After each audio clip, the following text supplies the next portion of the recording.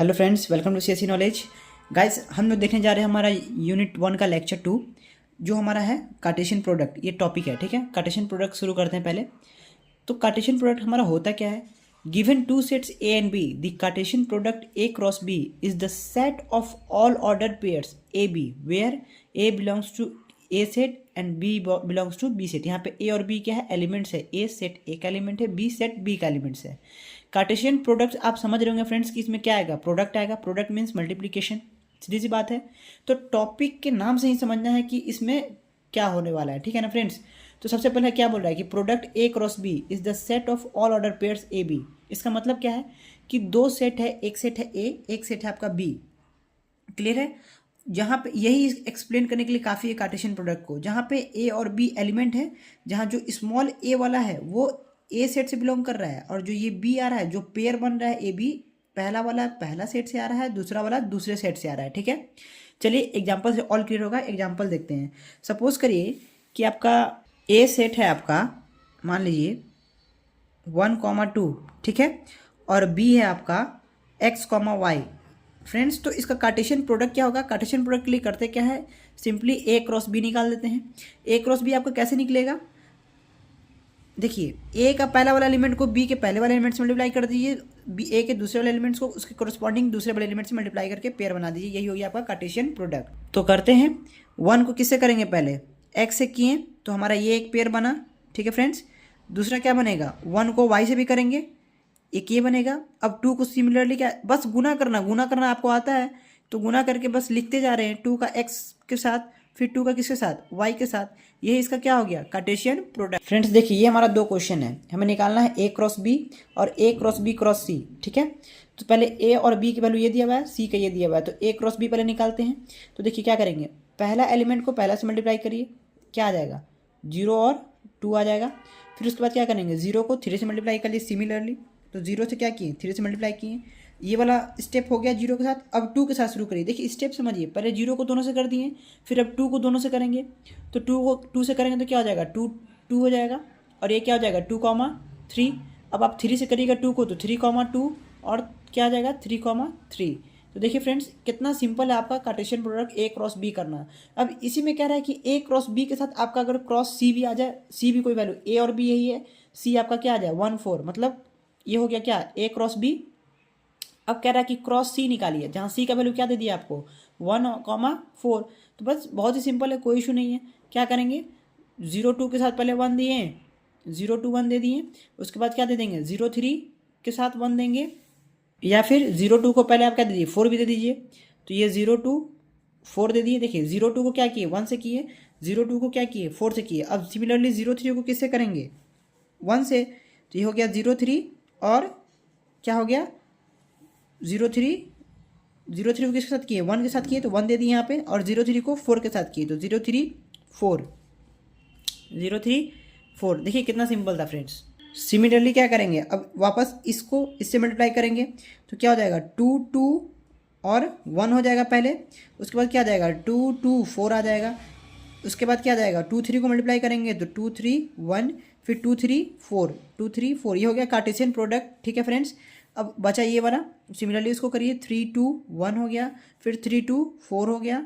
देख रहे हैं ना, मल्टीप्लाई करना कितना सिंपल है, बस आपको वैल्यू लिखते जाना है। 3 3 1 हो गया। अब और क्या बचेगा? 3 3 4, 3 3 4, कॉमा दे दिए, सब में कॉमा बीच में रहेगा, ठीक है फ्रेंड्स। तो ये था हमारा कार्टेशियन प्रोडक्ट किसका? ए क्रॉस बी क्रॉस सी। ये आपको क्यों सिखाया अभी समझ में आएगा, ठीक है ना। तो फ्रेंड्स ये आपके एग्जाम में आता है, 2 वैल्यू दे देगा, उसको बोलेगा प्रोडक्ट करिए, कार्टेशियन प्रोडक्ट निकालिए, तो आप उसका इजीली निकाल सकते हैं। अगर 2 का रहेगा तो ए बी डायरेक्टली ऐसे लिख देंगे। अगर मोर देन 1 आ गया, मोर देन 2 वैल्यूज आ गया, तो उसको आप ऐसे कर सकते हैं, ठीक है। पहला के दोनों से मल्टीप्लाई कर दिए, फिर दूसरे स्टेप में दूसरा के दोनों से, फिर थर्ड स्टेप में तीसरा के दोनों से कर दिए। और उसके बाद भी हमें बोला कि ए क्रॉस बी के बाद क्रॉस सी एक और में कर दिए। तो पहले हम 2 पार्ट निकाले ए क्रॉस बी, उसके बाद क्या किए? क्रॉस सी कर दिए। तो जो एलिमेंट्स आया पहला, उसके पहला से मल्टीप्लाई कर दिए। सिमिलरली ऐसे ही सारा स्टेप करते चले गए। ये था हमारा कार्टेशियन प्रोडक्ट। फ्रेंड्स अब देखिए यहाँ पे हमारा कुछ इंपॉर्टेंट फार्मूला है, ठीक है, जो हमें पता होना चाहिए किसी भी क्वेश्चन को सॉल्व करने के लिए, ठीक है। Number of elements in A union B is equal to N A plus N B. आपको पता है कि सपोज याद करने के लिए ये गेस कर सकते हैं कि मल्टीप्लिकेशन हो गया एन ए एन बी, और फिर माइनस हो गया एन ए इंटरसेक्शन बी। तो इसको याद कर लीजिए, बहुत ही इंपॉर्टेंट फॉर्मूला है ये फर्स्ट वाला, ठीक है। ए यूनियन बी होता है N A plus N B minus N A intersection B. ये हो गया number of elements in A, number of elements in B, और ये हो गया ए इंटरसेक्शन बी, मतलब जो ए और बी में कॉमन है उसको सब्ट्रैक्ट करते हैं ए यूनियन बी निकालने के लिए, फॉर्मूला है, ठीक है। अब यहाँ पे दूसरा भी यही चीज़ है, number of elements in A union B equal to N A plus N B. ये क्या मतलब है कि यहाँ पे ये है, यहाँ पे ये है, तो जब आपका एन ए इंटरसेक्शन बी 5 हो जाए तो आपका वैल्यू यही रह जाएगा, एम्प्टी हो जाए तो मतलब कोई भी कॉमन ना आए तो आपका वैल्यू सिर्फ ए यूनियन बी का ये रह जाएगा। ये ऑब्जेक्टिव में आ सकता है कि अगर आपका ए इंटरसेक्शन बी 5 हो गया तो ए यूनियन बी क्या फॉर्मूला क्या हो जाता है, N A plus N B, याद रखिएगा, ठीक है फ्रेंड्स, क्योंकि ए और बी वो है इंटरसेक्शन में मतलब जो कॉमन है। और अगर सिर्फ आपको एन ए निकालना है तो कैसे निकलेगा, नंबर ऑफ एलिमेंट्स इन सिर्फ ए में, तो क्या करेंगे, घटा देंगे ए में ए माइनस बी कर देंगे, उसके बाद क्या करेंगे ए इंटरसेक्शन बी को ऐड कर देंगे, तो सिर्फ क्या निकल जाएगा, नंबर ऑफ एलिमेंट्स इन ए। बहुत ही सिंपल है, टेंशन नहीं लीजिए, समझ में आ जाएगा। ये कैसे हुआ कि अगर ये आपका इंटरसेक्शन पार्ट रहता है तो इसमें आपका बी वाला ही पार्ट रहेगा, जैसे कि ये ए है ये बी है, तो इसमें आपका बी वाला ही पार्ट है, तो ए में से बी को घटाया तो यहाँ पे दोनों है ना, इस ये ऐसा पोर्शन है जिसमें यहाँ पे ए भी है और बी भी है। ये इंटरसेक्शन वाला पार्ट होता है ना फ्रेंड्स, पता है आपको, ये ए इंटरसेक्शन बी वाला पार्ट है। तो यहाँ पे क्या कह रहा है कि नंबर ऑफ सिर्फ ए का निकालिए, तो सिर्फ ए का निकालने के लिए क्या किया, नंबर ऑफ ए में से माइनस क्या किया, ए माइनस बी किया, सिर्फ एन ए निकालने क्या किया, एन ए में से एन बी माइनस कर दिया। लेकिन यहाँ पे सिर्फ बी थोड़ी है, यहाँ पे ए भी तो है, इसीलिए क्या किया, एन ए इंटरसेक्शन बी को ऐड भी कर दिया। ए इंटरसेक्शन बी में ऐड इसलिए किया ताकि यहाँ सिर्फ वो एलिमेंट्स आएगा जो ए का इस इंटरसेक्शन में मौजूद है, क्योंकि बी ऑलरेडी हम क्या कर चुके हैं, इसमें से सब्ट्रैक्ट कर चुके हैं, ठीक है, क्लियर हो गया। सिमिलरली वो एन और बी निकाला। अब एक बहुत ही इंपॉर्टेंट क्वेश्चन है, इसको देखिए, क्वेश्चन है आपका फ्रेंड्स, देखिए ये हमारा क्वेश्चन है, in a class of 60 students 40 students like math, 36 students like science, 24 like both, find the number of student who like only math, only science, either math or science, or neither math or nor science. तो सबसे पहले जो data दिया हुआ है उसको लिखिए। Total number of student कितना है, 60, ठीक है, टोटल कितना हो गया 60। 40 किसको लाइक कर रहा है, मैथ्स को, 36 किसको लाइक कर रहा है, साइंस को, ठीक है फ्रेंड्स, और 24 दोनों है, मैथ्स और साइंस दोनों। जब भी दोनों आया इसका मतलब क्या, दोनों मैथ को भी लाइक कर रहा है, साइंस को भी लाइक कर रहा है, तो इसका मतलब ये क्या हो गया, कॉमन हो गया दोनों में। ये समझ में आएगा आपको डायग्राम से, देखिए यहाँ पे ये आपका एक डायग्राम हो गया, ठीक है फ्रेंड्स, ये हो गया मैथ्स का, ये हो गया साइंस का। ये पोर्शन कौन सा होता है, जो दोनों में आता है, मैथ में भी आता है साइंस में भी आता है, मतलब। और यहाँ पे क्या कहा कि 24 लाइक बोथ द सब्जेक्ट, यानी आपका ये इंटरसेक्शन पार्ट कितना दिया हुआ है, जो मैथ और साइंस दोनों को लाइक कर रहा है, कितना 24। अब समझ में आया ये डाटा। अब देखिए 36 क्या है, साइंस, 36 साइंस वाला है, 40 क्या है, मैथ्स, ठीक है फ्रेंड्स, टोटल 60 है। अब कह रहा है कि आप निकालिए find the number of students who like only math, only math कह रहा है ना, तो मैथ पूरा कहाँ पे आ रहा है, ये पूरे में मैथ आ रहा है, बट ये पार्ट वो है जो कॉमन है, मतलब इसमें मैथ और साइंस भी मिक्स है मैथ के साथ। तो क्या करेंगे, घटा देंगे इंटरसेक्शन वाला पार्ट, तो हमारा सिर्फ ओनली मैथ निकल जाएगा। तो 40 माइनस 24 करेंगे तो क्या निकल जाएगा, ओनली मैथ। तो 40 माइनस 24 करेगा तो कितना आ जाएगा, करिए, 16 आ गया, ये हो गया आपका 16। अब फ्रेंड्स सिमिलरली आप ऐसे निकाल लीजिएगा, ओनली साइंस, ओनली साइंस के लिए क्या हो जाएगा, ओनली साइंस, सिर्फ साइंस। तो अब इसमें से ये वाला साइंस वाला में से ये पार्ट घटा देंगे, तो 36 माइनस 24 कितना हो जाएगा, 36 माइनस 24 करिए, 12 आ गया, ठीक है फ्रेंड्स। अब कह रहा है आइदर मैथ्स और साइंस, यानी कि सिर्फ मैथ और सिर्फ साइंस, दोनों नहीं, आइदर मैथ और साइंस। इसका मतलब ये हुआ कि सिर्फ मैथ और सिर्फ साइंस, ठीक है ना फ्रेंड्स। आइदर मतलब दोनों, आइदर और मतलब दोनों, नाइदर मतलब दोनों में से कोई नहीं, याद रखिएगा। तो आइदर और में आ गया मैथ प्लस साइंस, तो मैथ प्लस साइंस के लिए सिर्फ क्या हो जाएगा, मैथ का आपका संख्या कितना दिया, देखिए यहाँ पे 40 दिया हुआ है, तो 40 ऐड करिए, प्लस साइंस कितना दिया हुआ है 36। बोला कि आइदर मैथ और साइंस, दोनों नहीं बोला है, तो सिर्फ मैथ कितना हो गया 40, सिर्फ साइंस कितना हो गया 36। अब क्या कह रहा है कि सिर्फ मैथ और साइंस होना चाहिए, मतलब कॉमन वाला पार्ट को क्या बोल रहा है कि नहीं रखिए, कॉमन वाले को क्या करिए, हटा दीजिए, आइदर मैथ या साइंस, या तो सिर्फ मैथ या तो साइंस। तो कॉमन वाले को हटा दीजिए, तो सिर्फ क्या निकल जाएगा, आइदर मैथ और साइंस। इसमें सिर्फ या तो मैथ आएगा या तो साइंस आएगा, क्योंकि कॉमन पार्ट को हम रिमूव कर दिए जिसमें दोनों है। तो इसको सॉल्व करेगा तो कितना आ जाएगा, 40 प्लस 30 कितना हो गया 70, 76 माइनस 24 करेगा तो कितना 52 आ रहा है। तो ये आपका क्या हो गया फ्रेंड्स, 52 क्या हो गया, आइदर मैथ और साइंस वाला। अब बोल रहा है नाइदर मैथ नॉर साइंस। आप समझ गए होंगे क्या करना है। जब आप आइदर मैथ और साइंस निकाल लिए हैं, अब आपसे नाइदर पूछ दिया तो आपको कुछ करने की जरूरत नहीं है। क्या करेंगे, टोटल में से, टोटल कितना है 60, टोटल में से माइनस कर दीजिए आइदर मैथ और साइंस वाला। आइदर मैथ और साइंस आप निकाल चुके हैं तो नाइदर मैथ नॉर साइंस निकल जाएगा। तो ये कितना हो जाएगा 8, यही इसका आंसर हो जाएगा। बहुत ही सिंपल था friends. Either math or science पूछा तो दोनों का निकाल लिए, ठीक है, मैथ और साइंस को जोड़े, कॉमन को हटा दिए। अब नाइदर भी पूछ रहा है तो सिंपल सी बात है कि जब हम आइदर निकाल चुके हैं तो टोटल में से माइनस कर देंगे उसको, तो नाइदर वाला निकल जाएगा। तो फ्रेंड्स ये बहुत ही सिंपल और इजी क्वेश्चन था, ये आपके एग्जाम में आ सकता है। चलिए अब आगे बढ़ते हैं। फ्रेंड्स देखिए, अब हमारा जो यूनिट कंटेंट है पूरी तरह से ये वाला क्या हो गया है, फर्स्ट पार्ट फिनिश हो गया है, ठीक है। अब हमारा स्टार्ट होता है रिलेशन, ठीक है ना। जो भी बचा हुआ था मैंने क्वेश्चन भी करा दिया, यूनिट का फॉर्मूला भी दिखा दिया, कार्टेशियन प्रोडक्ट भी बता दिया, ये सब हमारा कल बचा हुआ था थोड़ा सा टॉपिक। अब आते हैं अपने मेन टॉपिक पे, रिलेशन में आएंगे, उसमें बाइनरी ऑपरेशन, ये तुरंत हो जाएगा फ्रेंड्स, बस ओवरव्यू इसका लेते जाएंगे और आगे बढ़ेंगे। हमारा मेन फोकस क्या है, जो आगे की यूनिट्स हैं उस पर है, ठीक है। तो अब देखते हैं कि रिलेशन क्या होता है। तो friends a relation R from set A to set B, relation किस में, दो सेट में रहेगा, ऑलवेज याद रखिएगा। रिलेशन के लिए आपको सेट कितना रिक्वायरमेंट है, दो, सेट ए और सेट बी। होता क्या है set A set B, is a subset of the Cartesian product. मतलब कार्टेशियन प्रोडक्ट मैंने आपको इसीलिए भी बताया था कि इसका यूज आएगा 100%, ठीक है ना फ्रेंड्स। तो याद रखिएगा कि रिलेशन निकालने के लिए आपको ऑलवेज दो सेट का क्या करना पड़ेगा, प्रोडक्ट करना पड़ेगा, और जो प्रोडक्ट करके उसका सबसेट आएगा, सबसेट ही तो आता है जो सेट ए और बी का, तो वो क्या हो जाएगा, जो कार्टेशियन प्रोडक्ट का सबसेट होगा वही आपको रिलेशन देगा ए और बी में। नहीं समझ में आएगा, चलिए अभी एग्जांपल देखते हैं, समझ में आएगा। सपोज करिए कि आपका ए है 1 2, बी क्या है एक्स और वाई, ठीक है। तो पॉसिबल रिलेशन इसमें क्या हो सकता है, जो पहला सेट का जो पहला एलिमेंट है वो पहला एलिमेंट दूसरे के पहला से मल्टीप्लाई करिए, तो 1 का एक्स के साथ, 2 का वाई के साथ, ये इसका क्या हो गया, पॉसिबल रिलेशन हो गया ए और बी में। यही आपका क्या दिया, रिलेशन आर। अभी और देखेंगे और क्लियर होगा, टेंशन नहीं लीजिए, ठीक है। फ्रेंड्स एक बात ऑलवेज याद रखिएगा कि जो आप रिलेशन बना रहे हैं इन दो सेट का यूज करके, सबसे पहले समझिए कि रिलेशन बनाने के लिए आपको कितना सेट चाहिए, दो सेट।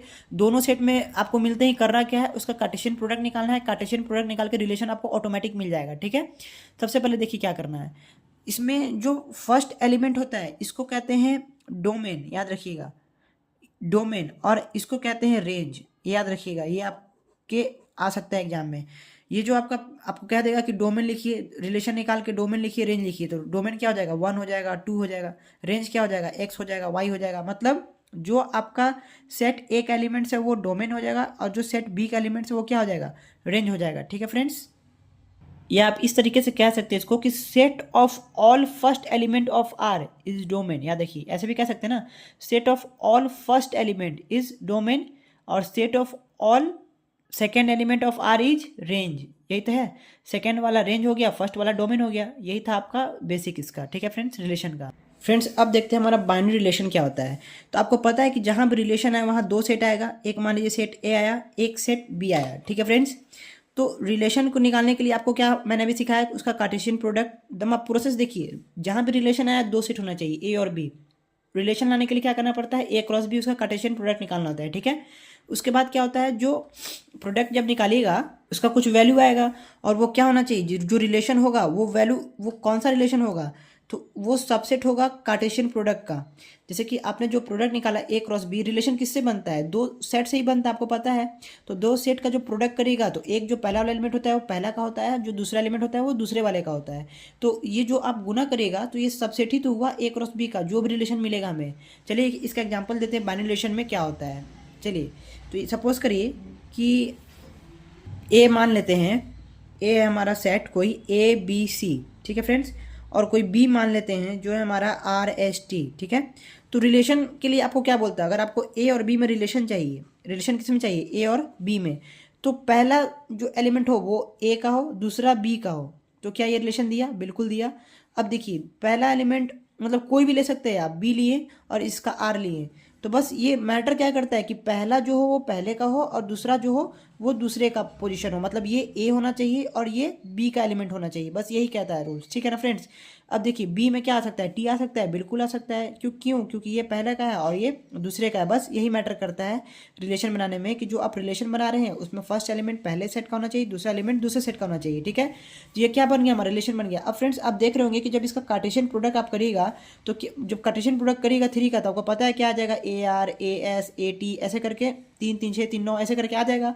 वो सब ये तीनों क्या है, उसका एक तरह से सबसेट ही तो है। ये तीन भी तो उसमें रहेगा कार्टेशियन प्रोडक्ट में। यही कह रहे थे हम कि जो रिलेशन बनेगा वो ऑलवेज सबसेट होगा ए क्रॉस बी के, यानी कि कार्टेशियन प्रोडक्ट के। यही था इसका कहने का मतलब। और यही है हमारा बाइनरी रिलेशन भी, बस सेट्स का ही रूल था पूरा, और यही हमारा निकला बाइनरी रिलेशन। ठीक है फ्रेंड्स एक और बात कि अगर आपसे कोई पूछे कि आपका नंबर ऑफ रिलेशन कितना बन रहा है, ये आपके क्वेश्चन में आ गया। देखिए नंबर ऑफ रिलेशन फाइंड होता है 2 की पावर n से। ये 2 की पावर n बताएगा कि total number of possible relation between two sets. ठीक है, और यहाँ पे n क्या है, number of elements in set, याद रखिएगा।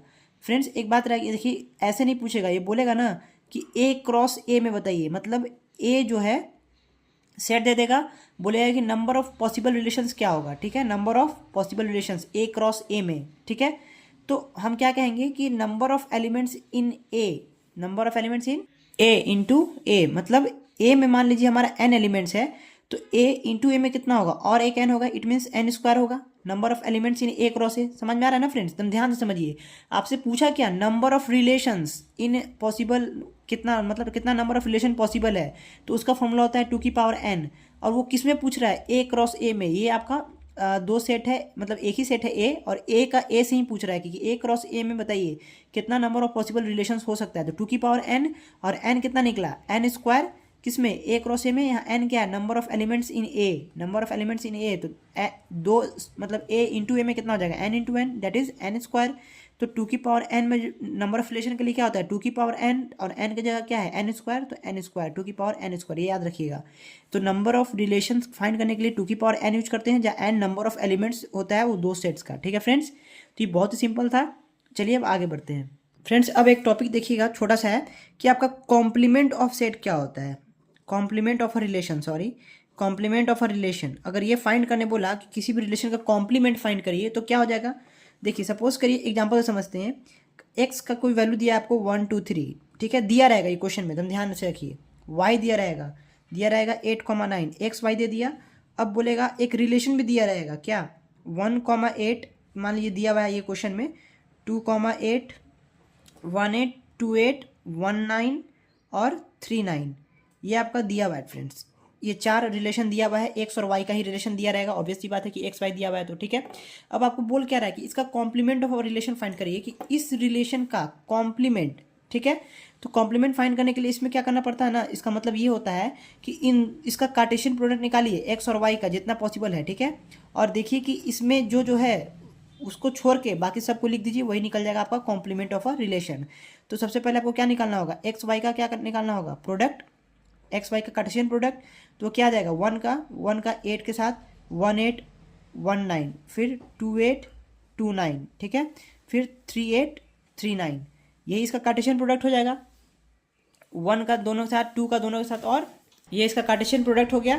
अब देखिए फ्रेंड्स कि जो आपका गिवन डेटा है उसमें से क्या बच गया, 18 दिया हुआ है, 18 दिया हुआ है तो इसको छोड़ देंगे। 28 दिया हुआ है, 28 भी दिया हुआ है तो इसको भी छोड़ दीजिए। क्या 29 दिया हुआ है, नहीं दिया हुआ है, तो फ्रेंड्स ये कॉम्प्लीमेंट में ऐड हो जाएगा। तो कॉम्प्लीमेंट ऑफ रिलेशन में एक हमें क्या मिला, 29, जो कि हमारा गिवन रिलेशन में नहीं था। अब 38 दिया हुआ है, नहीं दिया हुआ है, तो ये क्या हो जाएगा, 38 भी नहीं दिया हुआ है। ठीक है फ्रेंड्स, तो ये दो डाटा है, क्योंकि 39 भी इसमें प्रेजेंट है, तो 38 और 29 ये दो डाटा है जो हमारा गिवन रिलेशन में नहीं था, तो यही हमारा कॉम्प्लीमेंट ऑफ रिलेशन निकल गया। तो इट मीन्स कि कॉम्प्लीमेंट ऑफ रिलेशन निकालने बोले तो क्या करेंगे, कार्टेशियन प्रोडक्ट निकालिए, जो रिलेशन दिया हुआ है, जो रिलेशन ऑलरेडी गिवन है क्वेश्चन में, तो उस कार्टेशियन प्रोडक्ट निकालने के बाद जो बच गया उसको लिख दीजिए, और जो इसमें दिया हुआ था उसको छोड़ दीजिए, वही उसका कॉम्प्लीमेंट ऑफ रिलेशन हो जाएगा। बहुत ही सिंपल था। तो फ्रेंड्स अब देखते हैं रिप्रेजेंटेशन ऑफ रिलेशंस। वो चार तरीके से हम लोग कर सकते हैं, एक relation as a matrix, relation as a directed graph, relation as an arrow diagram, relation as a table. ठीक है, ये चार तरीके से आप रिप्रेजेंट कर सकते हैं रिलेशन को। तो फ्रेंड्स बहुत ही सिंपल है, बस एग्जांपल देखेंगे, करते जाएंगे, आगे बढ़ते जाएंगे, ठीक है ना। तो सबसे पहले देखिए एक एग्जांपल लेते हैं, सपोज करिए P इक्वल्स टू ले लिए 1 2 3 4, ठीक है, और आप Q ले लिए, सपोज करिए A B C और D, ठीक है फ्रेंड्स। और इससे आप कोई भी एक रिलेशन ले लीजिए, रिलेशन क्या होगा, इसका कार्टेशियन प्रोडक्ट का कोई भी एलिमेंट आप लीजिएगा, रिलेशन बन जाएगा। तो सपोज करिए हम ले लेते हैं 1, A 1, B 1, C 2, B 2, C और 2, D। ये हम इसका कुछ 1 और 2 का पूरा ले लिए, ठीक है ना, 1 का इस चारों के साथ किए, 2 का चारों के साथ किए, ठीक है ना फ्रेंड्स। या फिर चारों के साथ नहीं किए, दो के साथ, तीन के साथ किए और तीन के साथ किए, ठीक है, ए बी सी के साथ और ए बी सी डी के साथ, तो मैंने एक रिलेशन बन सकता है। अब आप सोचिए कि पूरा क्यों नहीं किया कार्टेशियन प्रोडक्ट, पूरा क्यों नहीं लिए, तो रिलेशन बनाने के लिए आप कोई भी ले सकते हैं। बस केस क्या है कि पहला एलिमेंट ये पहले का होना चाहिए और दूसरा एलिमेंट ये दूसरे का होना चाहिए, ठीक है ना। ये 1-2 रिलेशन नहीं बन सकता कभी भी, इसका इसी के साथ कभी नहीं बन सकता है, ठीक है। 1 का ए के साथ, सी बी के साथ, सी के साथ, डी के साथ, किसी के साथ बन सकता है, ठीक है ना। ये बात का ध्यान रखना है। तो रिलेशन हम कुछ भी बना सकते हैं। सपोज करिए कि हमने ये रिलेशन बना लिया, तो अब हमें रिप्रेजेंट करना है एज अ मैट्रिक्स। तो कैसे करेंगे, आपको पता है मैट्रिक्स में क्या होता है, रॉ और कॉलम होता है, सीधी सी बात है। तो यहाँ पे आप एक तरफ एक को लिख दीजिए और रॉ में एक को लिख दीजिए और दूसरे को कहाँ लिख दीजिए, कॉलम में दूसरे सेट को। तो सपोज करिए कि हम यहाँ क्या लिख देते हैं, नंबरिंग देते हैं 1 2 3 4। ये हमने जो पी को है रॉ में लिख दिया इस तरीके से, और कॉलम में क्या आ गया, ए बी सी डी। अब रिप्रेजेंट करना है, तो फ्रेंड्स रिप्रेजेंट कैसे करते हैं, जो रिलेशन आपका दिया हुआ है गिवन, ठीक है, वहाँ पे 1 कर दीजिए, बाकी जगह 0 कर दीजिए, हो गया रिप्रेजेंट एज अ मैट्रिक्स। किए क्या, 1 का एक साथ दिया हुआ है तो 1 का ए के सामने क्या हो जाएगा, 1 हो जाएगा। 1 का बी का रिलेशन दिया हुआ है तो यहाँ भी 1 हो जाएगा। 1 का रिलेशन सी से दिया हुआ है, 1 का सी से दिया हुआ है तो यहाँ भी 1 हो जाएगा। 1 का डी से दिया हुआ है, नहीं दिया हुआ है, 0 हो जाएगा। बस यही सिंपल था। अब देखिए 2 से, क्या 2 का रिलेशन ए से है, नहीं है, 0। 2 का रिलेशन बी से है तो 1 हो गया। 2 का सी से भी है तो 1, 2 का डी से भी है तो 1। फ्रेंड्स बाकी अब कोई रिलेशन दिख रहा है आपको, 3 का ए से है, नहीं दिया हुआ है, 3 का बी से नहीं दिया हुआ है, 3 का सी से नहीं दिया हुआ है, तो 0 0 0 0 0 0 0। यही हो गया relation as a matrix, representation of relation as a matrix. बहुत ही सिंपल था, जो गिवन है वहाँ पे 1, जो नहीं गिवन है रिलेशन में उसको 0। अब दूसरा देखते हैं हमारा relation as a directed graph. तो सपोज करिए कि इसमें ए इक्वल टू दिया हुआ है 1 2 3 4। फ्रेंड्स ये दिया हुआ रहेगा, आपको रिप्रेजेंट करना होगा, ठीक है। और रिलेशन दे दिया आपको, अगर बोलेगा तो कुछ ही रिलेशन बना देंगे। यहाँ रिलेशन आपको दिया रहेगा, relation as a directed graph 1 2 2 2 2 4 3 2 3 4 4 1 और 4 3, ठीक है फ्रेंड्स। ये आपका डाटा गिवन है, ये ए सेट दिया हुआ है, ये रिलेशन दिया हुआ है। बोला कि इसको आप रिप्रेजेंट करिए as a directed graph. Directed graph का मतलब ही क्या होता है, डायरेक्टेड जहाँ आया समझिए direction, directed means direction, non directed means non directional. समझिए ये वर्ड याद रखिएगा, 5th यूनिट में ग्राफ जब पढ़ेंगे ना तो काम आएगा। डायरेक्टेड का मतलब ही होता है डायरेक्शन, ठीक है। तो फ्रेंड्स देखिए, हम सबसे पहले क्या करते हैं कि लिख देते हैं जो आपका सेट गिवन है। तो 1 2, सपोज करिए यहाँ पे लिख दिया हम 1 2 3 4, ये हमने लिख दिया, 1 2 3 4 लिख दिया फ्रेंड्स। अब देखिए कि जो आपका रिलेशन गिवन है क्या 1 का 2 से है, तो 1 का 2 से है तो आप इसको लाइन कीजिए, 1 का 2 से खींचिए और 2 के ओर एरो दीजिए, क्योंकि 1 से 2 तो 2 की ओर एरो। 2 का 2 से मतलब 2 का खुद से रिलेशन है तो इसको ऐसे रिप्रेजेंट करते हैं, मतलब ये रिप्रेजेंट कर रहा है कि 2 का रिलेशन खुद से है। अब है 2 का 4 से, तो 2 का 4 से, तो 4 को ऐसे रिलेशन दे दिए। अब बोला कि 3 का 2 से, 3 का 2 से, तो 2 के पास ऐसे एरो दे दिए, ठीक है। बहुत ही सिंपल है फ्रेंड्स। 3 का 4 से, तो 3 से 4 की ओर जाइए। अब बोला क्या 4 का 1 से, 4 का 1 की ओर, 4 का 3 की ओर, तो 4 का 3 की ओर। देख रहे फ्रेंड्स कितना ईजी था रिप्रेजेंट करना एज अ डायरेक्टेड ग्राफ और एज अ मैट्रिक्स, बहुत ही सिंपल था। अब है relation as an arrow diagram. Friends तो अगर relation as an arrow diagram हम लोग देखते हैं तो सपोज करिए कि कुछ आपका दिया हुआ है P इक्वल्स टू मान लीजिए 1 2 3 4, ये आपका P के वैल्यू दिया हुआ है, और एक Q सेट दिया हुआ है मान लीजिए A B C और D। तो आपको पता है कि रिप्रेजेंटेशन करने के लिए रिलेशन गिवन होना चाहिए। तो रिलेशन मान लीजिए दिया हुआ है, नहीं दिया हुआ तो आप कुछ भी खुद से निकाल सकते हैं, लेकिन दिया हुआ रहता है क्वेश्चन में, ठीक है। 1A 2A रिलेशन कैसे निकलता है आपको पता है ना, कार्टेशियन प्रोडक्ट करके जितना भी आप बनेगा कार्टेशियन प्रोडक्ट से वो सब आप रिलेशन में कर सकते हो, वो सब रिलेशन है। 1A 2A मान लीजिए दिया हुआ है आपका 3A, ठीक है, 1B 4B ये आपका गिवन है, 4C और 4D, ठीक है फ्रेंड्स, ये आपका गिवन है। बोल रहा है कि एरो डायग्राम इसका बनाइए, ठीक है ना, एरो डायग्राम में इसको रिप्रेजेंट करिए। ये रिलेशन दिया हुआ है, ये दो सेट है, ठीक है। तो सबसे पहले क्या करेंगे कि सेट को लिखेंगे, देखिए इस तरीके से, एक ये बॉक्स बनाएंगे और एक यहाँ पे, ठीक है, ये हो गया। यहाँ पे पहला को लिखिए, कितना पहला आपका क्या दिया है 1 2 3 4, 1 2 3 4 लिख दीजिए, एकदम सिंपल है। इसमें A B C D, बस याद रखना है कि एरो आएगा तो एरो वाला काम होगा, मैट्रिक्स आएगा तो मैट्रिक्स बनाएंगे, और एरो डायग्राम डायरेक्टेड वाला में डायरेक्शन, सॉरी डायरेक्टेड वाला में डायरेक्शन, एरो वाले में एरो। एरो देने के लिए क्या करेंगे, बस आप समझ गए होंगे क्या करना है। यहाँ लिखें 1 के साथ A है तो 1 के पास साथ A है तो 1 को दे दिए एरो, ठीक है। क्या वन के और वन के साथ देखिए कोई है, वन के साथ बी है, तो वन के साथ बी भी है, तो वन को बी भी दे दिए। क्लियर है फ्रेंड्स। अब किस पे आते हैं, टू पे। टू का देखिए रिलेशन क्या दिया हुआ है, टू का ए दिया हुआ है, बस टू का रिलेशन किसके साथ है, सिर्फ ए के साथ है। थ्री का देखिए, थ्री का रिलेशन दिया हुआ है ए के साथ, तो थ्री का किसके साथ कर देंगे, ए के साथ। बस ऐसे दिखाते जाइए। अब फोर का क्या दिया हुआ है, देखिए फोर का है बी के साथ, सी के साथ, डी के साथ। फोर का है बी के साथ भी, फोर का है सी के साथ भी, फोर का है डी के साथ भी। तो देखिए हो गया represent as a arrow diagram. बहुत ही सिंपल था फ्रेंड्स ये रिप्रेजेंट करना, ठीक है फ्रेंड्स। ये खुद को नाम से ही एक्सप्रेस करा, रिलेशन एज अ टेबल, मतलब इसमें टेबल बनेगा। सपोज करिए कि P इक्वल्स टू है आपका 1 2, बस आप मेथड देखिए, ये सब आपको गिवन रहेगा, ठीक है ना। और Q इक्वल्स टू आपको दे दिया एक्स वाई जेड और K, ठीक है। तो रिलेशन होना चाहिए, तो रिलेशन किससे मिलता है, कार्टेशियन प्रोडक्ट से, ठीक है। बार बार आपको इसलिए बता रहा हूँ ताकि आपको याद हो जाए। 1x 1y ये गिवन है, 2z और 3z और 4k, ठीक है फ्रेंड्स, ये आपका गिवन है। अब इसको बोल रहा है कि रिप्रेजेंट करिए एज अ टेबल, तो एज अ टेबल के लिए क्या करेंगे, एक टेबल बना दिए, ये हमारा टेबल बन गया। अब आपका इनपुट कितना दिया हुआ है, P 1 2 3 4 1 2 3 4, ये क्या है, एक्स वाई जेड के, एक्स वाई जेड के, बस एक को ऊपर लिख दिए, को नीचे लिख दिए, हो गया। और ऐसे क्या करिए, एक बॉक्स बना लीजिए, बहुत ही सिंपल है। उसके बाद देखिए कि वन का एक्स के साथ है, तो इसमें मैट्रिक्स में क्या करते थे, अगर रिलेशन होता था तो वन पुट करते थे, नहीं होता तो जीरो पुट करते थे। इसमें कुछ नहीं करेंगे, जहाँ रिलेशन दिया हुआ है उसको क्रॉस कर दिए, बाकी को एज इट इज छोड़ दीजिए। वन का एक्स के साथ है तो क्रॉस, वन का वाई के साथ है क्रॉस, वन का जेड के साथ है नहीं, छोड़ दीजिए। उसके बाद देखिए टू का किसके साथ है, जेड के साथ, तो यहाँ पे क्रॉस। थ्री का किसके साथ है, जेड के साथ, थ्री का जेड के साथ, तो यहाँ भी क्रॉस। और क्या बचा, फोर का के साथ, फोर का के साथ, यहाँ पे क्रॉस। बाकी को एज इट इज छोड़ दीजिए, यही हो गया आपका रिप्रेजेंट एज अ टेबल। देखिए कितना सिंपल था फ्रेंड्स। तो यहाँ पे हमारा जो रिप्रेजेंटेशन का टॉपिक होता है वो ओवर होता है, ठीक है। तो फ्रेंड्स अब हम लोग देखते हैं कंपोजिशंस ऑफ रिलेशंस क्या होता है, ठीक है। ये इंपॉर्टेंट टॉपिक है फ्रेंड्स, इसको ध्यान से समझना, ये आपके एग्जाम में आएगा, ठीक है।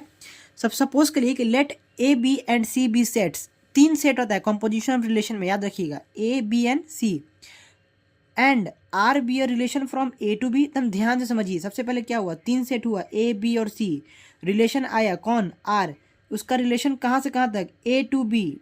इसका मतलब आर का रिलेशन कहाँ से, तीन सेट आया जिसमें आर का रिलेशन किससे मिल रहा है हमें, ए टू बी, ठीक है फ्रेंड्स। दूसरा देखिए, and let S be a relation, S B क्या है हमारा, रिलेशन ही है, ठीक है, लेकिन ये हमें कहाँ से मिल रहा है, from B to C, from B to C. ये लाइन आपको समझ में आ गया।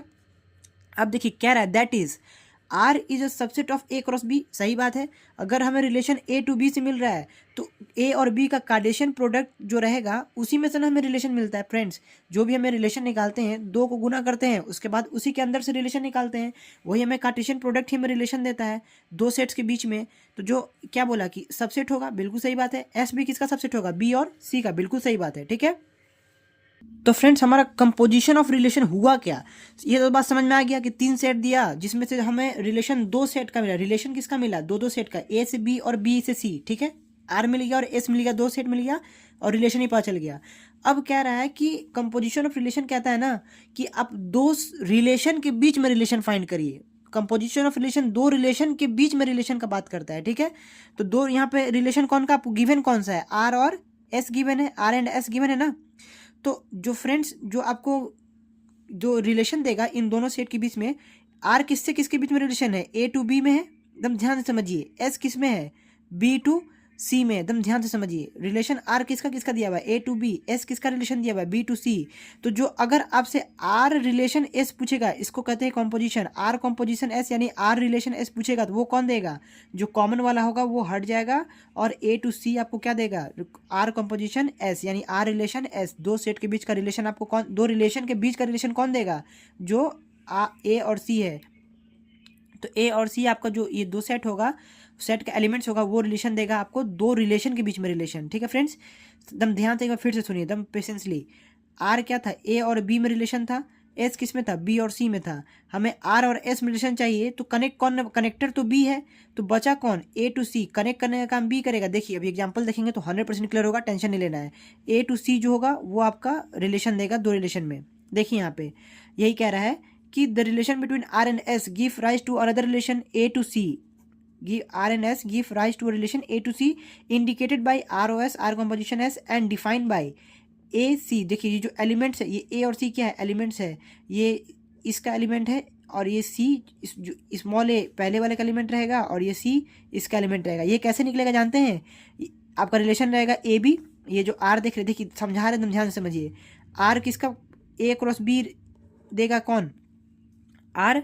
और एस क्या देगा? बी क्रॉस सी। ठीक है, तो अगर मान लीजिए कि ए बी इसके सब मान लीजिए ए बी इसके अंदर आ रहा है, ठीक है, सब ग्रुप क्या कहते हैं उसको, जो आपका होता है ना सबसेट, ए क्रॉस बी में सबसेट आ रहा है ए बी। ठीक है, ए बी कोई गुना करेगा, जैसे मान लीजिए ए आपका रहता है ए बी सी और बी रहता ए और सी रहता है और बी रहता है आपका मान लीजिए कुछ भी। ठीक है, तो जब आप कार्टेशियन प्रोडक्ट निकालिएगा तो आपका एक ये आया ए बी और बी इसमें भी तो है, तो बी और सी सपोज करिए इसमें आया, तो कनेक्ट कैसे होता है? ए डायरेक्टली कनेक्ट हो जाएगा सी वाला से। यानी अगर आपसे कोई पूछे कि आर रिलेशन एस क्या हो जाएगा, तो ए और सी वो एलिमेंट है जो रिलेशन दे रहा है ये दो रिलेशन के बीच में। तो देयर एग्जिस्ट बी, यही बी तो है, देखिए फ्रेंड्स यही बी तो है जो दोनों में है, जो बिलोंग करेगा बी सेट से, ए क्रॉस बी। क्यों? क्योंकि सेट क्या था? ए क्रॉस बी और बी क्रॉस सी था, तो बी दोनों में था ना, तो वही बोल रहा है कि एक बी ऐसा सेट होगा जिसका एलिमेंट बिलोंग करेगा दोनों में से, for which A B belongs to R, A B belong करेगा आर से, मतलब ए बी बिलोंग कर रहा है आर से, और बी सी भी बिलोंग करेगा एस से, बी सी भी बिलोंग करेगा किससे? एस से। तो दोनों इसी दोनों सेट में रिलेशन चाहिए था, तो ये दो बी कनेक्ट कर देता है और रिलेशन हमें ए और सी का मिल जाता है। बस इतना ध्यान रखिए। अब एग्जाम्पल करेंगे तो 100% क्लियर हो जाएगा। ठीक है, चलिए फ्रेंड्स, तो एग्जाम्पल लेते हैं हम लोग। सपोज करिए कि एक्स कोई हम सेट लिए हैं जिसका एलिमेंट्स है 4, 5 और 6। ठीक है, वाई लिए हैं जिसका एलिमेंट्स है ए बी और सी। ठीक है, एंड जेड लिए जिसका है एल एम एन। ठीक है, ये तीन आपका सेट हो गया एक्स वाई जेड। आपको पता है कि कंपोजिशन ऑफ रिलेशंस में आपको तीन सेट कंपलसरी है। ठीक है, तो एक्स वाई जेड दे दिया। सबसे पहले क्या करते हैं, कंसीडर, आपको रिलेशन मिलेगा, दो रिलेशन मिलेगा, आपको पता है R1 और R2 मान लीजिए। R1 किसके किसके बीच रिलेशन मिलेगा? एक्स क्रॉस वाई के बीच में मिलेगा, ये क्रॉस है। ठीक है, एक्स क्रॉस वाई से आपको R1 मिलेगा और वाई क्रॉस जेड से क्या मिलेगा? R2 का रिलेशन मिलेगा। पता है आपको कार्टेशियन प्रोडक्ट दो का करिएगा तो आपको रिलेशन मिलता है, अच्छे से पता है आपको। तो फ्रेंड्स सपोज करिए कि आपको R1 इक्वल्स टू एक रिलेशन दे दिया, R1 रिलेशन निकला आपका 4, ए। R1 पता है ना, इस दोनों को मल्टीप्लाई करके निकल रहा है। ठीक है, तो 4A हो गया, 4B हो गया। अगर नहीं समझ में आ रहा है इसका मतलब आपको कार्टेशियन प्रोडक्ट समझ में नहीं आया, तो उसके लिए थोड़ा सा वीडियो बैक जाइए, आपको अच्छे से समझ में आ जाएगा। 6A 6C। ठीक है फ्रेंड्स, ये हुआ रिलेशन R1। रिलेशन R2 कैसे निकला? देखिए ए एल ये दिया हुआ है, ये मैं खुद नहीं कर रहा हूँ, क्योंकि आप इसको मल्टीप्लाई भी करिएगा तो रिलेशन इसमें से आएगा। ठीक है ना, R2 किसका रिलेशन है? वाई और जेड के बीच में का, तो हो गया ए एल। ठीक है, उसके बाद आ जाएगा ए एन, ये दिया हुआ है। उसके बाद है बी एल, उसके बाद है बी एम, उसके बाद है सी एल, उसके बाद है सी एम, उसके बाद है सी एन, ये दिया हुआ है फ्रेंड्स। ठीक है, रिलेशन R1 दिया, रिलेशन R2 दे दिया। ठीक है, अब आपसे कह रहा है कि फाइंड करिए क्या दोनों के बीच का रिलेशन, किसके किसके बीच का। R1 ये दिया, R2 ये दे दिया, तो अब R1 और R2 के बीच का रिलेशन फाइंड करिए। तो वो कैसे फाइंड करेंगे? इसका मतलब ये कह रहा है कि R1 कंपोजिशन R2। फ्रेंड्स याद रखिएगा, आपको लिखा नहीं रहेगा कि R1 कंपोजिशन R2 फाइंड करिए, ये आपका सिंबल दे देगा एग्जाम में। अगर आपको यही नहीं पता होगा तो आप फाइंड ही नहीं कर सकते हैं। तो इस बात को याद रखिएगा कि जहाँ भी ये चीज़ आए तो आपको उसका कंपोजिशन फाइंड करना है। और कैसे करना है? बहुत ही सिंपल है, ध्यान से देखिए। कुछ नहीं, अभी मैंने आपको एरो डायग्राम बताया था, याद है? उसी का काम करिए। ये एक बनाइए एक सेट के लिए, ये बना दूसरा सेट के लिए, और ये बना तीसरा सेट के लिए। एकदम ध्यान से, कुछ करना नहीं है। पहला सेट इसको एक्स मान लीजिए, इसको वाई मान लीजिए, इसको जेड, बीच में उसको रखेंगे जो दोनों में आ रहा है, जो जिसमें दोनों में कार्टेशियन प्रोडक्ट बनाने के लिए यूज कर रहे हैं इसका, तो इसको बीच में रखिए। 4, 5, 6 दे दिए, ए बी सी दे दिए, और ये एल एम एन दे दिए। एकदम ध्यान से देखिए कैसे कंपोजिशन का निकालेंगे R1 R2 का। कह रहा है अब जो आपका डाटा दिया हुआ है एक्स और वाई का, R1 रिलेशन दिया हुआ है ना, तो एक्स वाई में क्या क्या डाटा है? 4 का ए से। ठीक है, तो 4 का ए से रिलेशन दिया हुआ है, 4 का बी से भी दिया हुआ है। देख रहे हैं ना, कुछ नहीं कर रहे, एकदम सिंपल है फ्रेंड्स। ठीक है, और 5 का सी से दिया हुआ है, 5 का सी से दिया हुआ है। ठीक है, समझ में आ रहा है आपको? 6 का ए से दिया हुआ है, 6 का चलिए ए से दे दिए। अब बोल रहा है 6 का सी से भी है, चलिए 6 का सी से भी दे दिए। कोई दिक्कत इसको समझने में? कोई दिक्कत नहीं होगा, आई होप। अब देखिए वाई और जेड में क्या रिलेशन दिया हुआ है। वाई जेड का रिलेशन कौन देगा? R2 में है ए का रिलेशन है एल से, तो दे दिए। ए का रिलेशन है एन से, तो दे दिए। ठीक है, बी एल, बी का रिलेशन है एल से, दे दिए। अब कह रहा है बी का रिलेशन है एम से, तो एम से भी दे दिए। अब कह रहा है सी का रिलेशन है एल से, तो एल से भी दे दिए। सी का एम से, सी का एम से भी है और सी का एन से भी है। तो फ्रेंड्स देखिए कितना सिंपली हम इसको रिप्रेजेंट किए। अब हमें चाहिए क्या, हमें चाहिए R1 कंपोजिशन R2 चाहिए, हमें ये रिलेशन नहीं चाहिए था कि एक्स वाई जेड है। अब हमारा फाइनल आंसर क्या हो जाएगा पता है ना, ए बी बी सी मिलेगा और आंसर क्या आ जाएगा ए सी। हमें आंसर ए सी चाहिए, तो ए सी कौन देगा हमें, ये वाला टर्म देगा बीच वाला। ठीक है फ्रेंड्स, तो देखिए कैसे करते हैं। तो फ्रेंड्स अब हमें क्या करना है, रिलेशन लिखना है R1 R2। तो कैसे लिखेंगे, सबसे पहले देखिए 4 का लिखते हैं कि 4 का रिलेशन किससे किससे बन रहा है, मतलब हमें किसमें किसमें रिलेशन चाहिए, इसमें और इसमें, और रिलेशन देने वाला कौन है ये। तो सबसे पहले पता है, एकदम ध्यान से सुनिए, 4 का रिलेशन किससे दिख रहा है आपको, यहाँ पे ए से एरो देखिए, 4 ए से भी कनेक्ट है, 4 इसमें बी से भी कनेक्ट है। तो पहले ए से कंपेयर करते हैं कि 4 ए से कनेक्ट है, तो ए इसमें किससे किससे कनेक्ट है, तो डायरेक्टली वो किससे कनेक्ट हो जाएगा, एल और एन से। कैसे कि देखिए 4 कनेक्ट है ए से और ए कनेक्ट है 2 से, किससे किससे, एक एल से और एक किससे कनेक्ट है, एन से। तो 4 कनेक्ट हो जाएगा एल से और 4 कनेक्ट हो जाएगा एन से। समझ में आया कितना सिंपल था फ्रेंड्स। इसका मतलब क्या हो जाएगा, ये है ए बी, ये है बी सी। देखिए ये हो जाएगा ए बी 4 कॉमा ए, मतलब समझाने के लिए 4 ए कॉमा बी और बी कॉमा सी, ए गुना एल, ए और एल। तो ए बी बी सी क्या देगा, ए सी 4 और एल। ठीक हो गया, 4 और एल, इस तरीके से हमें ये मिला है। बस मैंने आपको यहाँ डायरेक्टली समझा दिया है कि ए कितने पार्ट को मतलब कर रहा है एरो, एल को और एन को। तो 4 किससे किससे कनेक्ट हो जाएगा, एल से और एन से। एकदम सिंपल है, बस वैसे ही लिख देना है। 4 कनेक्ट हो रहा है यहाँ पे एल से, ठीक है फ्रेंड्स। और किससे कंपेयर हो रहा है, 4 देखिए 4 सबसे पहले ए से चेक किए, ए 2 पार्ट में, एल और एन, तो 4 और एन लिख दिए, क्लियर है। अब 4 ए का तो सारा कर दिए, अब 4 किससे कनेक्ट है, बी से। तो अब बी का लिखिए, बी किससे कनेक्ट है, 4 बी से कनेक्ट, ए से भी कनेक्ट था और बी से भी कनेक्ट है। ए तो देख लिया, अब बी से देखेंगे 4 का बी। अब बी किसको किसको कनेक्ट कर रहा है, एल को। तो आप लिख दीजिए अभी फिलहाल 4 को एल से वापस बी कनेक्ट कर रहा है और वापस बी किससे कनेक्ट कर रहा है, एम से कर रहा है। तो 4 का अब किससे हो जाएगा, एम से हो जाएगा, क्लियर है। तो 4 और किसी से कनेक्ट तो नहीं है, सिर्फ ए बी से था, कर दिए। अब किस पे आइए, 5 पे आइए। देखिए फ्रेंड्स कि 5 किससे कनेक्ट है, 5 सिर्फ सी से कनेक्ट है ना यहाँ पे। तो 5 सिर्फ सी से कनेक्ट है और सी किससे कनेक्ट है, एल से भी, एम से भी, एन से भी, तीनों से कनेक्ट है। इसका मतलब 5 के साथ एल भी आएगा, 5 के साथ एम भी आएगा और 5 के साथ एन भी आएगा। बहुत ही सिंपल है फ्रेंड्स, कोई दिक्कत नहीं है, ठीक है ना। अब 6 की बारी, क्योंकि 5 सिर्फ किससे कनेक्ट था, सी से, 4 दोनों से था इसलिए दोनों में किए। अब 6 किससे कनेक्ट है, ए से और सी से। तो 6 का लीजिए, पहले लेते हैं ए से, ए किससे किससे कनेक्ट है, एल और एन से। तो 6 किसके साथ हो जाएगा, एल और एन से, क्लियर है। अब 6 किससे कनेक्ट है, सी से, और सी किससे किससे कनेक्ट है, तीनों से। तो वापस से कर दीजिए, 6 किससे किससे कनेक्ट हो जाएगा, 6 कॉमा एल, क्योंकि सी तीनों से कनेक्ट है ना। तो 6L 6M और 6N, ये हो गया फ्रेंड्स। पूरा रिप्रेजेंट मैंने कर दिया, आपको दिखा दिया अच्छे से फ्रेंड्स। लेकिन आंसर ये नहीं है, क्योंकि रिपीटेशन नहीं लिखना है, मैं रिपीटेशन वाला पार्ट नहीं लिखना है, क्योंकि एक रिलेशन एक ही बार लिखेंगे, ठीक है। तो जो हमारा फाइनल आंसर है वो क्या हो जाएगा, देखिए जो फाइनल आंसर होगा वो इस तरीके से कर्ली ब्रैकेट में लिखेंगे, एक एक करके लिखेंगे। 4L, तो 4L हो जाएगा हमारा, एक क्या हो जाएगा, 4N हो जाएगा और एक 4M हो जाएगा, ठीक है। ये हमारा 4 का हो गया। 5 किससे किससे, 5L M N तीनों से है, तो 5L 5M और 5N, ये देख रहे हैं फ्रेंड्स, ये मैंने लिख दिया तीनों। उसके बाद 6 है, 6 किससे, 6L से, N से, M से, तीनों है, मतलब 6L 6M और 6N। फ्रेंड्स देखिए कितना सिंपल था कंपोजिशन ऑफ रिलेशन, मतलब कंपोजिशन ऑफ रिलेशन में था क्या, दम ध्यान से समझिए। सबसे पहले इसमें 3 सेट होना चाहिए, ए बी सी, दम ध्यान से सुनिएगा। और आपका इसमें 2 रिलेशन मिलेगा, एक ए क्रॉस बी से और R1 और बी क्रॉस सी से R2, मान लीजिए, ठीक है। हमें 2 रिलेशन मिला, R1 और R2। कंपोजिशन ऑफ रिलेशन कहता है कि इस R1 और R2 में रिलेशन बताइए कि क्या होगा। तो उस R1 और R2 में रिलेशन देने वाला हमें एक कॉमन होता है, जो वही रिलेशन देने में हेल्प करता है। कौन, ए और बी और सी था ना, तो बी वाला जो होता है जो दोनों में आ रहा है, वही हम उसी को हम बीच में रखते हैं और एरो से दिखाते जाते हैं। जो हमें रिलेशन गिवन रहेगा या फिर नहीं दिया रहेगा तो खुद से गुना कर लेंगे, कार्टेशियन प्रोडक्ट निकाल लेंगे और रिलेशन R1 और R2 निकाल लेंगे। तो R1 किससे कनेक्ट है, ये आपका दिया हुआ है, ये क्वेश्चन में गिवन रहेगा। 4 ए से था तो 4 को ए की तरफ एरो दिए, 4 बी से था तो 4 बी को एरो दिए। लेकिन अब R2 में क्या है कि वाई जेड है, R2 वाई जेड है। आपका R1 XY था तो XY में ये दिया, YZ में ये दिया। उसके बाद ये किसको कनेक्ट कर रहा है, 4A से कर रहा है, A L को कर रहा है और N को कर रहा है, तो 4L को करेगा और N को करेगा। बस इसी तरह से रिप्रेजेंट करके मैंने आपको अच्छे समझा दिया। यही था हमारा कंपोजिशन ऑफ रिलेशन, ये बहुत ही इंपॉर्टेंट था फ्रेंड्स। फ्रेंड्स एक छोटा सा बात आपको और बताना है कि कभी कभी आप देखते होंगे कि R1 इन्वर्स लिखा रहता है। वो क्या होता है R1 इन्वर्स?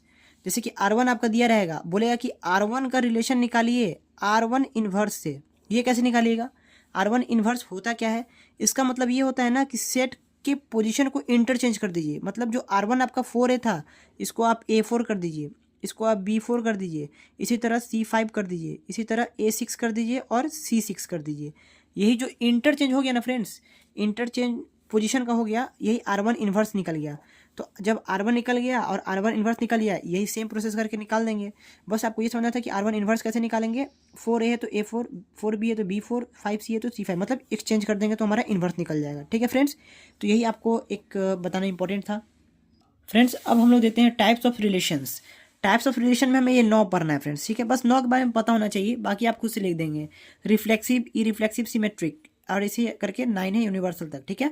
सबसे पहले देखते हैं रिफ्लेक्सिव क्या होता है। रिफ्लेक्सिव का मतलब ये होता है कि कोई भी एलिमेंट्स जो आपके किसी भी सेट में है, वो खुद का उसका खुद का इमेज होना चाहिए। मतलब कह सकते हैं कि जैसे कि अगर सेट में 1 2 3 है, तो रिफ्लेक्सिव ये कहता है ना कि अगर सेट में आपका 1,1, 1 2,2, 3,3, बाकी कुछ भी उससे कोई मतलब नहीं, अगर ये प्रेजेंट है तो ये रिफ्लेक्सिव रिलेशन होगा, यानी कि ये रिफ्लेक्सिव होगा।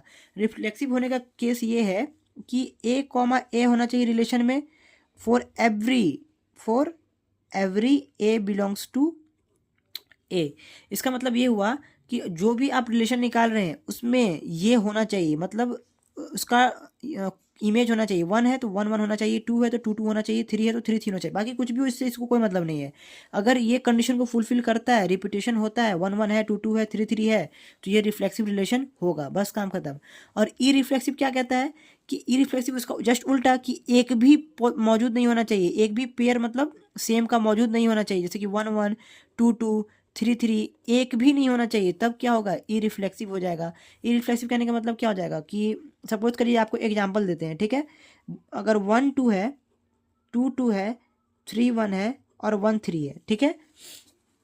ये आपको एग्जांपल दिए 1 2 2 2 3 1 1 3, क्या ये ई रिफ्लेक्सिव है फ्रेंड्स? 1 2, जैसे कि आपका मेन सेट में 1 2 3 था मान लीजिए, उससे हम ये रिलेशन निकाले, किसी भी सेट से, दो सेट से हम ये रिलेशन निकाले 1 2 2 2 3 1 1 3, तो क्या ये ई रिफ्लेक्सिव रिलेशन होगा?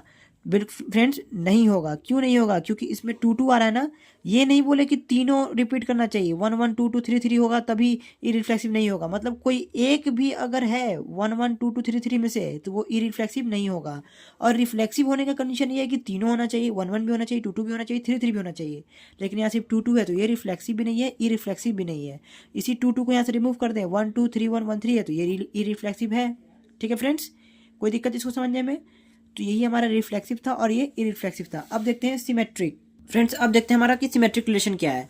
सिमेट्रिक रिलेशन कहता है कि अगर किसी सेट में ए बी है तो उसमें बी ए भी होना चाहिए। फ्रेंड्स ये कहता है कि अगर ए बी है तो बी ए भी होना चाहिए। इसका मतलब कि 1 2 अगर पेयर बन रहा है तो 2 1 भी बनना चाहिए, तभी ये क्या हो जाएगा, सिमेट्रिक होगा, नहीं तो नहीं होगा।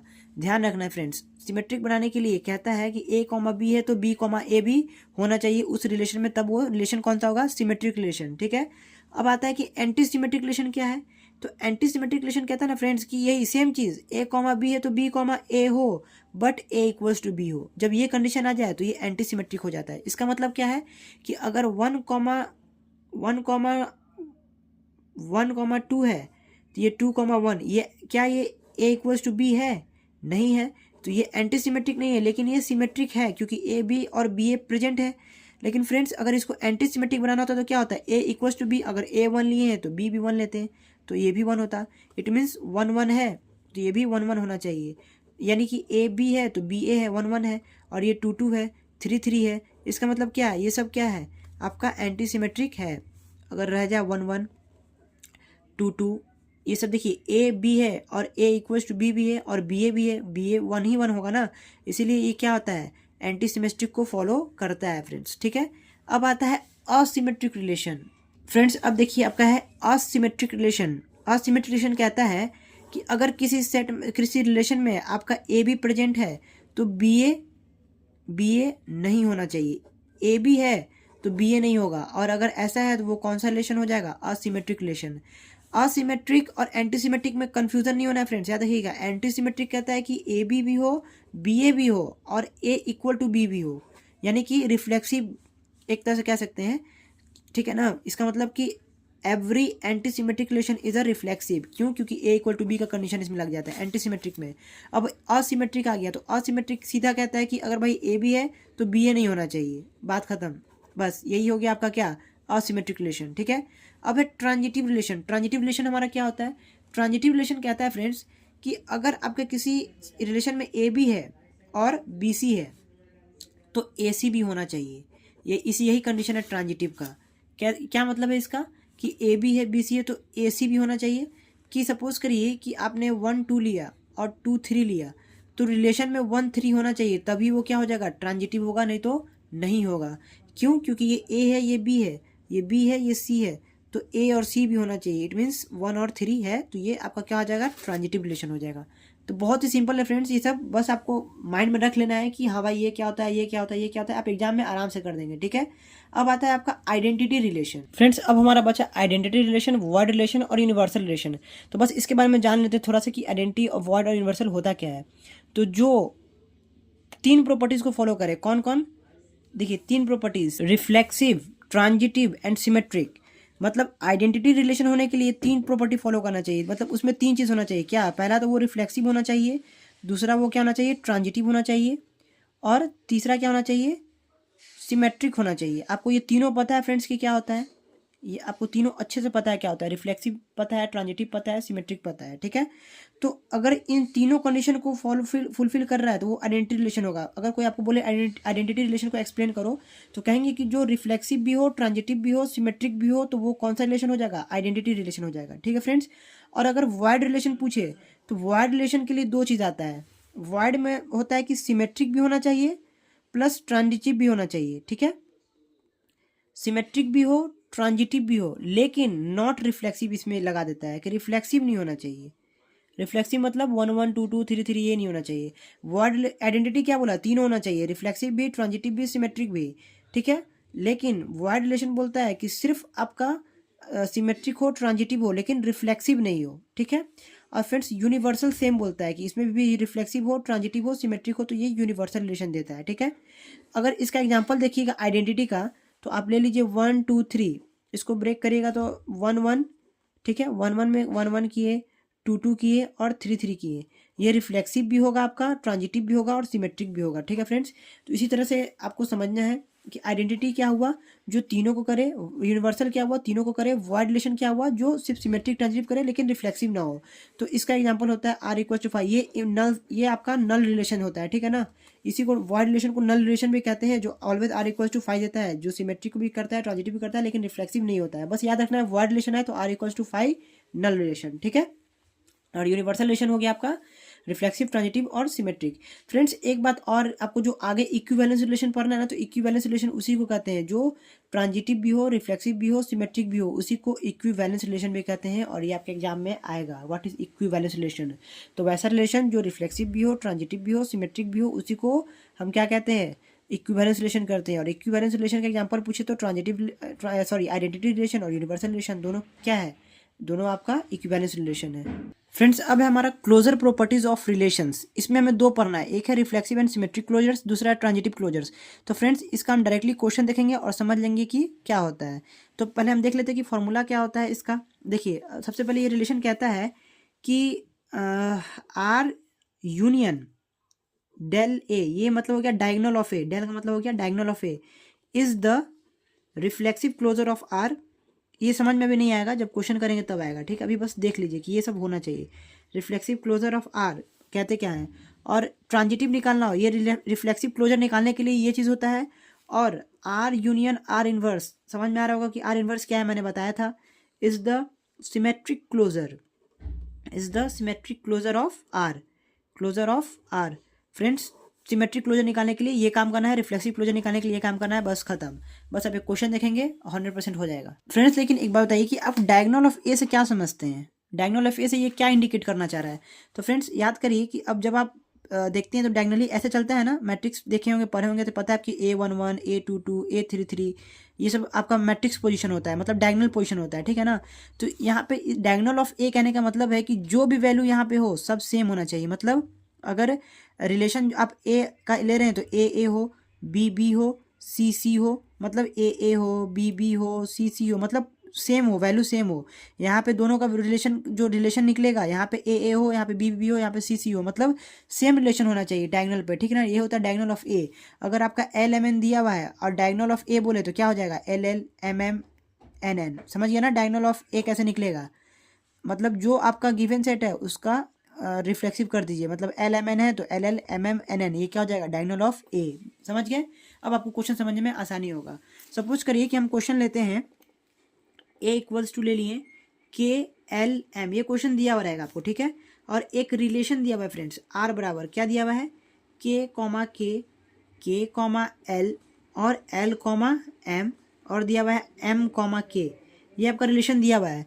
बोल रहा है कि find the reflexive closure of R. पहले रिफ्लेक्सिव क्लोजर और सिमेट्रिक क्लोजर निकालने का बोलेगा, तो रिफ्लेक्सिव क्लोजर मान लीजिए इसका निकालना है हमें, ठीक है, इस रिलेशन का जो रिलेशन दिया हुआ है। तो रिफ्लेक्सिव क्लोजर के लिए आप फॉर्मूला क्या पढ़े, R union del A. Del A क्या हो गया, diagonal of A. Diagonal of A क्या हो गया, यहाँ से निकाल लेंगे ना डायगोनल ऑफ ए फ्रेंड्स। अभी मैंने बताया क्या हो जाएगा, के एल एल एम एम, और यूनियन मतलब सबको ले लीजिए। तो सबसे पहले आपका क्या होता है formula, R union del A. R आपके पास है, डेल ए कैसे निकाल, सॉरी डायगोनल ए कैसे निकालिएगा, के एल एल एम एम, ये क्या हो गया आपका डायगोनल ऑफ ए हो गया ना। तो फ्रेंड्स बस यूनियन कर दीजिए डायगोनल ऑफ ए का और आर का, आपका आंसर आ गया। तो डायगोनल ऑफ चलिए करते हैं, हमारा आर क्या है, के कर दिए, के एल एम एम के, देख रहे हैं। और साथ में क्या के है तो के हो गया, एल नहीं है तो एल कर दिए, एम नहीं है तो एम लिख दिए। यही हमारा क्या हो गया, रिफ्लेक्सिव क्लोजर ऑफ रिलेशन। कितना सिंपल था फ्रेंड, देखें बस हमें डायगोनल ऑफ ए निकालना था। डायगोनल ऑफ ए क्या होता है, सेम होता है सबका, तो निकल गया इजीली। अब आपका दूसरा आता है कि सिमेट्रिक क्लोजर कैसे निकालेंगे। सिमेट्रिक क्लोजर का भी कुछ फॉर्मूला होता है। सिमेट्रिक क्लोजर का फॉर्मूला आपको मैंने क्या बताया, आर यूनियन आर इनवर्स। कितना सिंपल है समझिए। बस आपको ये समझना है कि आर इनवर्स कैसे निकालते हैं। अगर आपका आर ये दिया हुआ है, अगर फ्रेंड्स आपका आर ये दिया हुआ है तो इसका आर इनवर्स मैंने बताया ना कि एलिमेंट्स उल्टा कर दीजिए। के है तो के ही रहेगा, ठीक है। के एल है तो क्या हो जाएगा, एल के हो जाएगा। यहाँ पे एल एम है तो ये क्या हो जाएगा, एम एल हो जाएगा।